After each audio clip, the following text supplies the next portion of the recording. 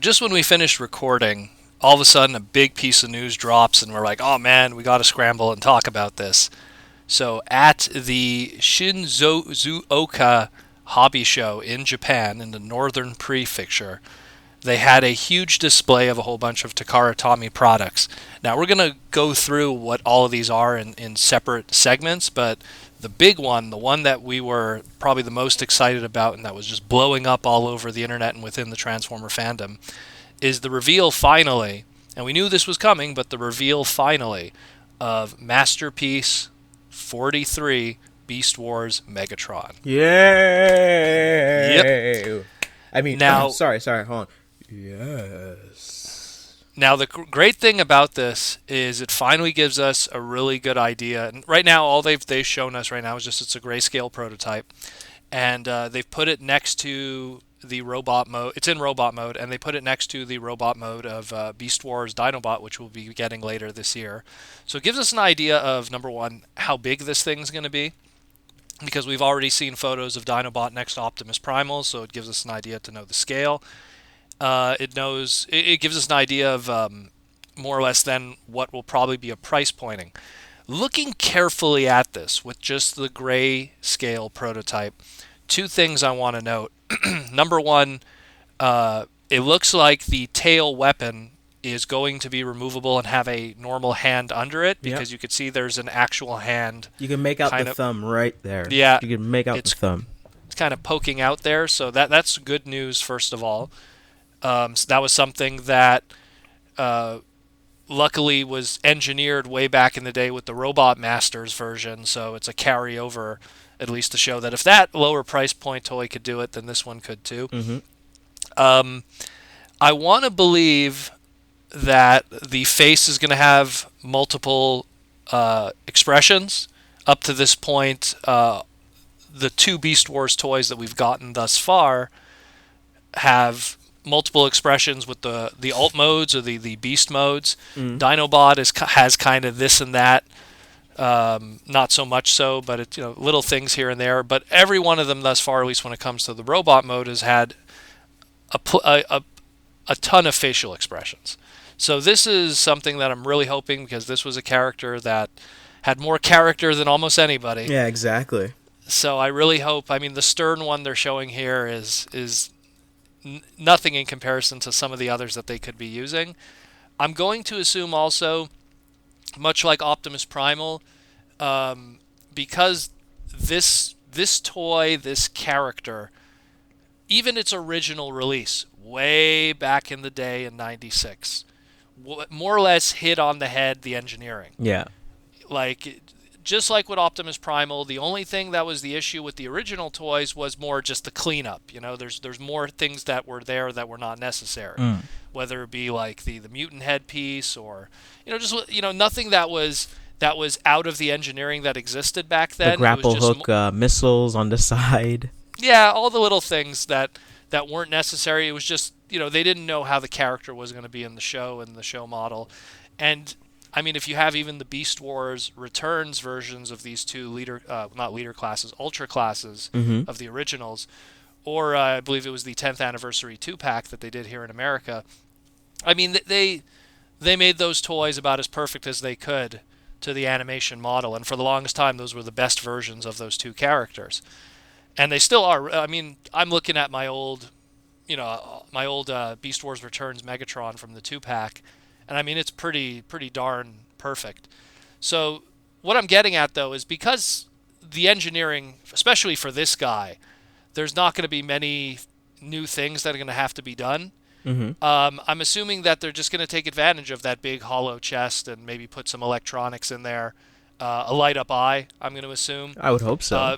Maybe a light-up mouth for the inside of the T-Rex mouth for like some kind of a blasting gimmick.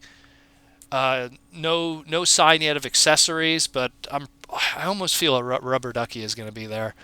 If it doesn't come with one, then if you have your BotCon one, which only 400 of those were made. I actually found that out recently. I was talking to someone and they were saying how BotCon only made 400 of those. I didn't realize how low the numbers were. But yeah, so this is incredible. It looks really great. The one thing that the whole fandom right now is holding their breath with is the price. And we already know that Dinobot is going to be expensive. We already know that Dinobot he's in that upper echelon of G1 Megatron or that of the MP-10 Optimus Prime. It's in that $200 to $40 to $300 region of Masterpiece toys. So some people are saying because this figure is even bigger than Dinobot, that it might also be the case.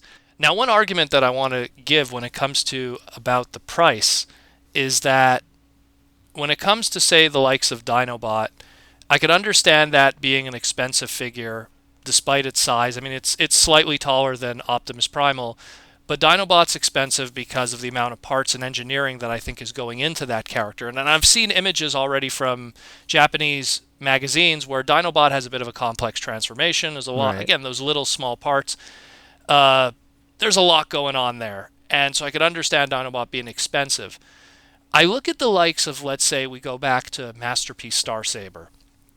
That Masterpiece Starsaber is easily the largest of all the Masterpiece toys that we've gotten thus far for Transformers Generation 1.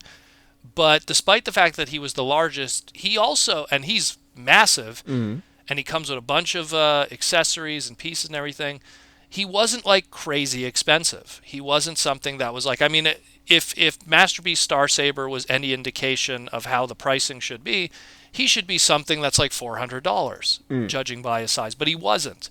Because when you look at the original Starsaber toy to Masterpiece Starsaber, a lot of engineering really didn't have to be done here. It was more just like giving it joints, giving it articulation in different areas, and then adding in little accessories to make it, worth your while. Again, it's the little tweaks here and there to make it show accurate. And I think this might be the same case with Megatron here. Right. I don't think he's going to be crazy. I think like at most he'll be what Dinobot is in terms of price. Otherwise, I think that maybe they're just ripping you off in a sense because.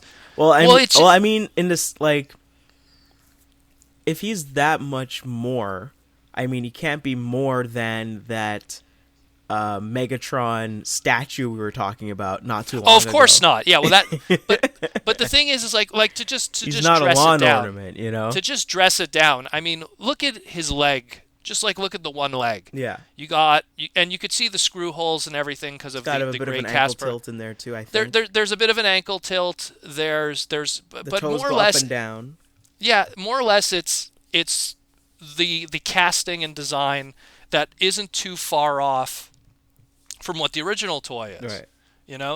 And I mean, on top of that, yeah, sure, the original toy is going to be smaller than this one in comparison, although not much. I mean, this one's going to be larger than the original Ultra scale from '96, but not by much.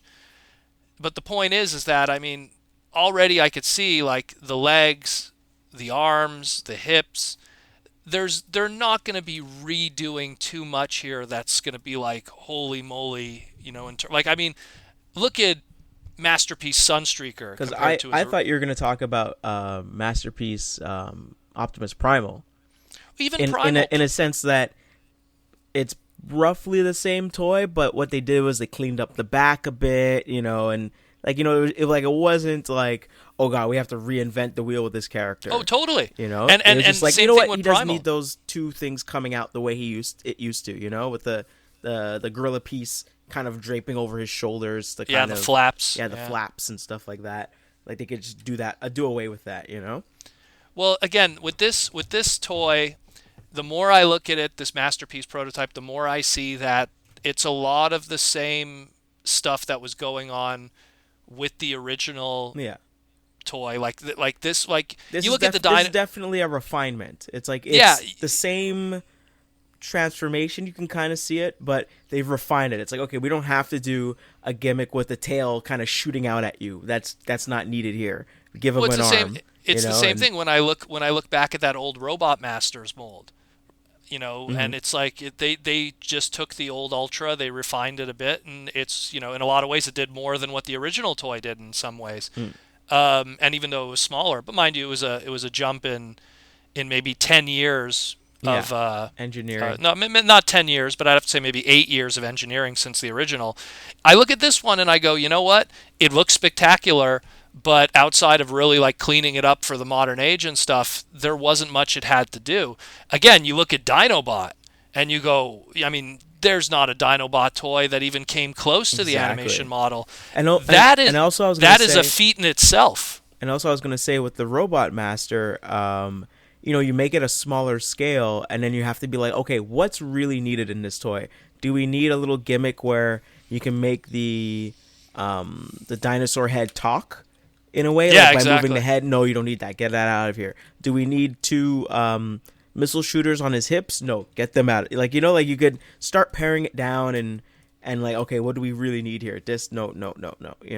Well, and that was the beautiful thing again with the Robot Master is that because it was a Japanese line, or that mold originally came out from, because Japan has a different way of how they handle budget and everything. Mm-hmm. They were able to push that price point as far as it could without having to worry about, this is going to be a deluxe price point, so it's got to be in that, that $14.99 budget limit. It's like whatever it's worth is whatever it's worth, and then we'll put the yen price to match that. So that toy was great, and it showed how far you could go in that scale for that character, 8 years later in terms of engineering. Mm-hmm. So, I mean, again, I'm looking at this and I'm going, I would not be surprised if this is the same price as Dinobot or cheaper. I would not be surprised. And I feel that if it's an outlandishly more number than Dinobot, then I'd hate to say it, they're kind of taking you for a ride. Unless there's got to be some, number one, crazy electronic engineering going on here that would put up the price. Like I look at, say, like Shockwave, where they put a whole bunch of, Shockwave was another one of those. Didn't really have to reinvent the wheel too much for the Masterpiece. So what they did was they put light piping not light piping, light up LEDs all over the damn figure. Which is just to. Well, I mean, that's kind of fair. And didn't the for him especially, yeah. Didn't the original figure kind of have that too a little bit? Yeah, exactly. Yeah. So but in this case, I'm getting a feeling that's going to be a hollow chest. They're going to put a battery compartment in there, much like they did with Primal, where they managed to fit in a battery system, some pill batteries. Mm-hmm. They're probably going to have light-up eyes, probably some kind of light-up gimmick individually for, I want to say, they're probably going to store it somewhere in that dino head. And that's going to probably be the excuse to put up the price, because if it's the raw figure on its own with just accessories and face expression changes, it could easily be cheaper than Dinobot. Yeah. Because there's so much less going on here looking at this. And I can't, the more I look at it, the more I can't see them surprising me in terms of engineering. Because I mean, I'm looking at the hip, we'll call them the hip pieces, which make the sides of the dinosaur. Yeah. Those guns are just going to tuck in, it's going to be business as usual with this one. There's going to be not a lot of surprises with this one. It looks great. Don't get me wrong. It looks absolutely great. But I'm just using this as my argument for how I don't think he's going to be too crazy expensive, short of them putting electronics and sound effects or something. Right. But that's what I think is what I think they're going to try to find a reason to make this more expensive. So expect electronics. But otherwise, I mean, I'm super excited about this. I think this is great. More Beast Wars, all the better. I mean, it really shows that the guys behind the scenes that are working on Masterpiece right now are really rolling this stuff out. I mean, as it's we have right now, Optimus Primal in anime/toy accurate colors. Exactly. We got Cheetor. We got Cheetor in Shadow Panther colors coming up. We have Dinobot right now. Now we have Beast Wars Megatron. So that's 5 Masterpiece toys. I mean, and if you want to, I always say that the Rhinox is, the Rhinox generation is probably as close to Masterpiece as we're going to get right now. But I mean, right now, what about that Rat Trap? Even the Rat Trap, some people argue that, if we got a Masterpiece one, if we got a Masterpiece Rhinox, I think it would almost look exactly like what we got from the generations. But maybe a little bit bigger? Yeah, a little bit bigger, but more or less I almost feel like it would be the same toy. Do you think he'll come with a replacement butt in his Rhino mode? And he'll just paint the butthole so you can make him fart. I don't His know. Fart blast. But it just I look at Rat Trap and I feel that if Rat Trap got an MP toy, I think it would be a step up from their generations. I think that there'd be I think there would be not more, to say that there's any. I would say there's nothing wrong with that one. I was gonna say. I was gonna say there would be more engineering on this the backpack for the rat to kind of hide it away a bit better. That's what I would think. I think also they would put a more concentrated effort on the paint and just that head sculpt, because again, the one thing that I love about every single one of these Beast Wars Masterpiece toys, the one thing that I love about all of them is just how eerily accurate both the alt mode, beast modes, and the robot mode faces are to the original animation model. Well, I think it's crazy. I think it's going to be that's a little bit easier to do, only because they're already in 3D. And everyone's working in AutoCAD or whatever modeling program. They're pulling up old animation models from mainframe and just working around it, of course. Yeah, exactly. And they can't be too far from that. That's the thing. Like, the fact that what they did with Dinobot exists, now I say to myself, nothing's impossible. And then also, don't some of their transformations that you see on screen, aren't they kind of... I would assume they use the toys as reference. Well, they did not 100%, but certain bits here and there. I feel like there was extras on the old Rhino DVDs that showed that when they were in the early stages of the series, the toys were 100% the reference. Where you had Dinobot with the mutant head pieces hanging off the side. But as time progressed, obviously they cleaned that up and it became what it is today. But I mean, when you look at the animation models that were used for the show. I remember, this was like the early days of the internet. They actually put out, I think it was on the Beast Wars video games website, they put out these slow-mo animation models from the show that you could it's just the character with a black background, and you could watch them transform. And you would see how they really were just kind of transitioning from one part to the other and not really worrying about accuracy. Well, I mean, I would say you would see that the accuracy more in the first season. Because I remember scenes where it's here's a full body shot of Prime, and he transforms, and you're seeing the hip turns around, and he's kind of not stomping, but he's kind of balancing himself as his hips are turning around, and he has to it feels a little bit weird in a sense, you know what I mean? Megatron, as he's turning from dinosaur into robot, he does a T-pose, and he turns, and the twist. The twist turns around, him and Primal weren't the Dinobot was more specifically the one that really suffered from that. You looked at the original toy, you looked at what was going on in the show, and there was a huge departure there. Black Arachnia is another one of them. But it's just it gives me a lot of hope now, and I really hope that sales do very well for this. So it sends a message to Takara-Tomy to continue doing this. I mean, if I had to... I mean, there's who I want. Where do you go next? Where do you go next? Well, that's just it. There's who I want, but who I want doesn't matter. It's more... Who do you want, and then do what makes sense. Who would I want next? Honestly, Black Arachnia. Realistically, who I could see next being done, I'm leaning more towards either... Not counting repaints, because that's not counting repaints we're going to do fresh new mold. Realistically, I could see them going for a small price point and doing Rat Trap next.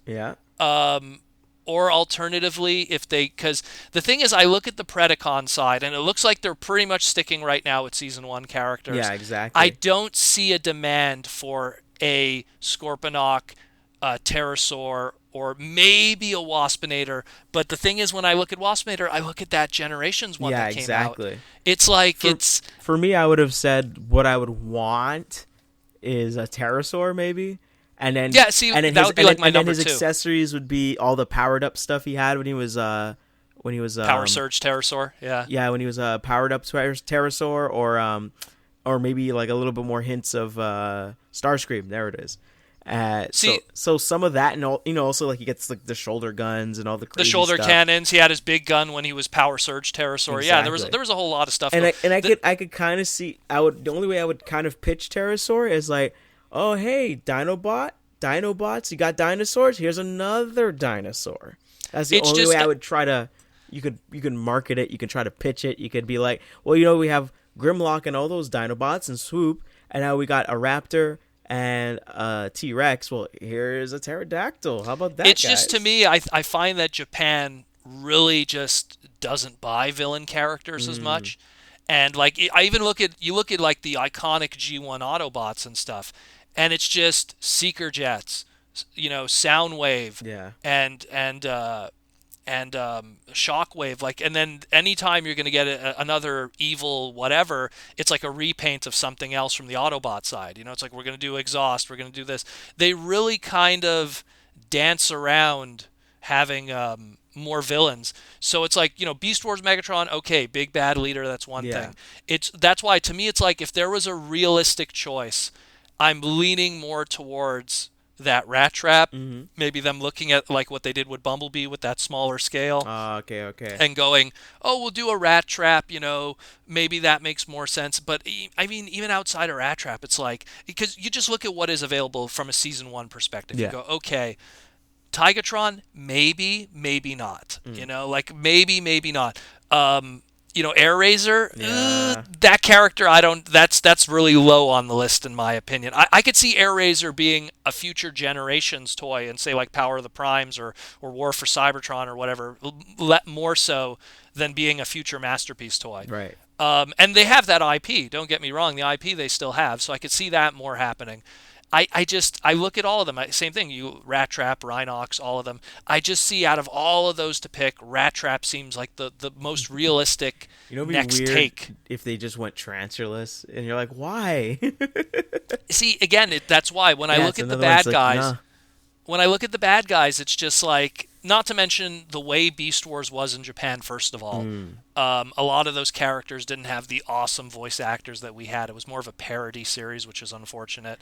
So it's just the villains, it's like, out of all the other guys outside of Beast Wars Megatron, the only one realistically to me that should exist, not what I want, but what I think would be realistic, is Waspinator. But we just came off of that great Waspinator toy. Yeah. So it's just, it's not necessary. Maybe like 3-4 years from now, when that toy is long and old toy and gone and everything, it could make sense. But it's just, I would like to see the engineering that would go into an Inferno and his giant gun. Well, there you go. Like Inferno arms, would be little great. Tiny, like, toothpicky arms, and then this giant gun. Like, how would they engineer it so that he can actually hold it? And the beautiful thing with Inferno is, again, his original toy isn't that terrible. You know what I mean? It's just, it's another one of those toys you look at and you go, if there was articulation in the wrists, that'd be great. You know, like, exactly. Like, it's just a matter of, you know, like you said before, just refining it to the modern age. But they don't, unlike Dinobot, they don't got to reinvent the wheel too much. So there's something. But again, even Inferno, that's probably why they went with Megatron, because they're like, okay, well, we already know how to do this. Let's focus. They went with Megatron because he's the leader, and then let's get another dinosaur out there because people like dinosaurs. He's the leader. That's the primary reason. Is that I always feel if you're going to do, his name sells himself. Yeah, if you're going to do A, you're going to do B. They know how big a deal Beast Wars is in the American market, so they know that they're going to make those sales there. It's just after that, after the Megatron, that's the big question afterwards, is where they go from there. I think that after this Megatron, I think that they're probably going to take a step back. We're going to get a few more G1 related stuff. Yeah. Maybe down the line, there's still talks about maybe doing an Armada one. It always makes that poll every time they do a poll of who they want to do next. For some reason, Micron Convoy always gets on ready. There. Like, they have the drawings and the mock-ups ready. Just didn't prototype it or anything. It's like I'm pretty sure when it, like you said before, with these AutoCAD things and everything, they're sitting around staring at a computer screen, really like going, you know, what if we did this? What if we did that? You know, and like I said before, a lot of these decisions, they're not just based on, you know, on little things like, oh, we want to do that. It's about price pointing. It's about timing.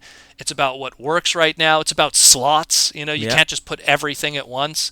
So it's something that right now, as it stands, after this Dinobot, after this Megatron, I think, you know, and when is this Megatron coming out? Like, we don't know.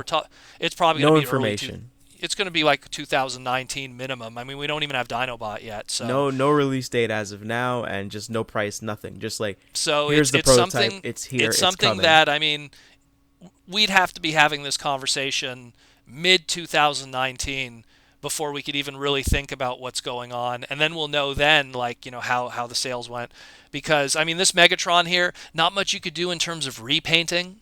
You're not going to get a lot of mileage out of this mold, unfortunately. There's not a lot of like iconic paint schemes associated with this mold, unfortunately, outside of its original. Paint him white, Gigatron.